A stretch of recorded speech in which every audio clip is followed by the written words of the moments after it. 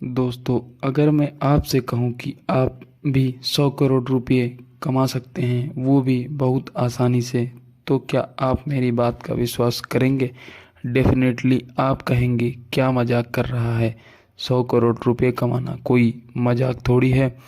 वैसे इस बात में कितनी सच्चाई है वो आपको वीडियो के एंड तक पता चल जाएगी, लेकिन आपको कन्वेंशन करने के लिए आप सच में करोड़पति बन सकते हैं। मैं वारेन बुफेट और जेफ बोजेफ के बीच हुई बातचीत का एक छोटा सा पॉइंट हाईलाइट करना चाहूँगा, जहां जेफ बोजेफ वारेन बुफेट को कहते हैं कि जब आपकी इन्वेस्टमेंट स्ट्रेटजी इतनी सिंपल है तो लोग आपकी कॉपी कर कर अमीर क्यों नहीं बन पाते हैं।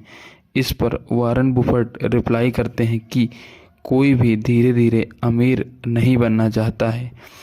इन शॉर्ट, कोई भी अमीर बन सकता है, लेकिन टाइम देना पड़ेगा। आपको कल ही अमीर बनना है या माइंडसेट बदलना होगा, पेशेंस रखना होगा, कंपाउंडिंग को अपना काम करने देना होगा। और ये खुद वारेन बुफेट ने भी किया है। उनकी 99% नेटवर्क 50 साल की उम्र के बाद कमाई है, जबकि इन्वेस्टमेंट बहुत ही कम एज में स्टार्ट कर दी गई थी, जब वो 13 या 14 साल के थे। अमीर बनने के बहुत सारे तरीके हैं, जिसमें से कुछ तरीके सही हैं और कुछ गलत हैं।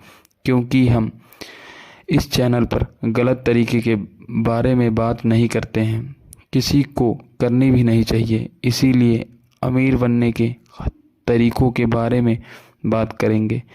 फर्स्ट तरीका जो है वो है फास्ट तरीका। सेकंड तरीका जो है वो है स्लोली तरीका।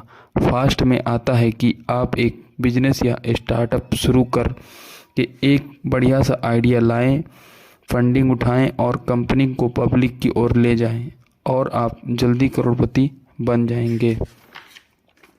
पर शर्त यह है कि आपका स्टार्टअप चलना चाहिए। अगर आप स्टार्टअप नहीं चला सकते हैं तो आपके पास केवल एक ही रास्ता बचता है, जो है स्लो रास्ता, जिसमें आप अपनी जॉब के साथ सेविंग करते हैं और उन्हें स्टॉक या म्यूचुअल फंड में निवेश करके कंपाउंडिंग होने के लिए छोड़ देते हैं। लेकिन लोगों के मन में डाउट रहते हैं कि क्या होगा अगर मेरे सारे शेयर डूब जाते हैं, क्या होगा अगर कंपाउंडिंग मेरे लिए वैसा काम नहीं करती है, लॉन्ग टर्म में क्या गारंटी है। दोस्तों, इन सब सवालों का एक लौता आंसर है कि वीडियो एंड तक देखना। आपके सारे डाउट इन्वेस्टमेंट और कंपाउंडिंग के दूर हो जाएंगे और लास्ट में 100 करोड़ रुपये कमाना बेसिक आप लोग खुद कहेंगे।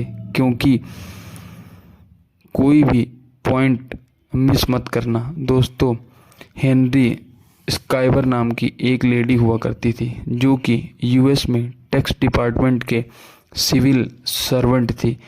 उनके फादर की डेथ उनके यंग एज में हो गई थी, इसलिए जिम्मेदारियों के चलते उन्होंने शुरू से ही पैसे सेविंग करने की आदत डाल ली थी। उन्होंने देखा कि उनके ज़्यादातर क्लाइंट स्टॉक मार्केट में इन्वेस्टमेंट करते हैं, इसीलिए उन्होंने अपनी सारी सेविंग अपने ब्रदर के साथ मिलकर स्टॉक में इन्वेस्टमेंट कर दी, जो कि स्टॉक ब्रोकर का काम करता था। लेकिन 38 साल की एज में उन्होंने अपनी सारी इन्वेस्टिंग गंवा दी, क्योंकि उनके भाई की स्टॉक ब्रोकर फर्म डूब गई थी।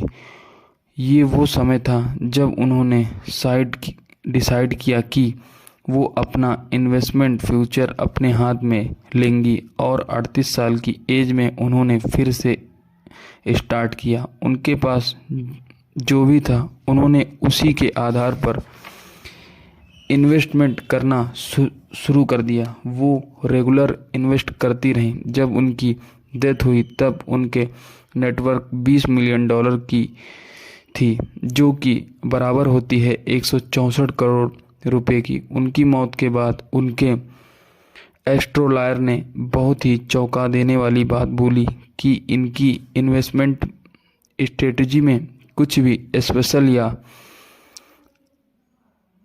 लग्जरी नहीं था। उन्होंने बस कुछ शेयर खरीदे और उन पर रोज़ाना पैसे लगाती चली गईं और कभी भी मार्केट को टाइम करने की उन्होंने कोशिश नहीं करी। बस एक ये बात स्पेशल थी कि उन्होंने जितने भी शेयर खरीदे थे उनमें से कोई भी शेयर को सेल नहीं किया था।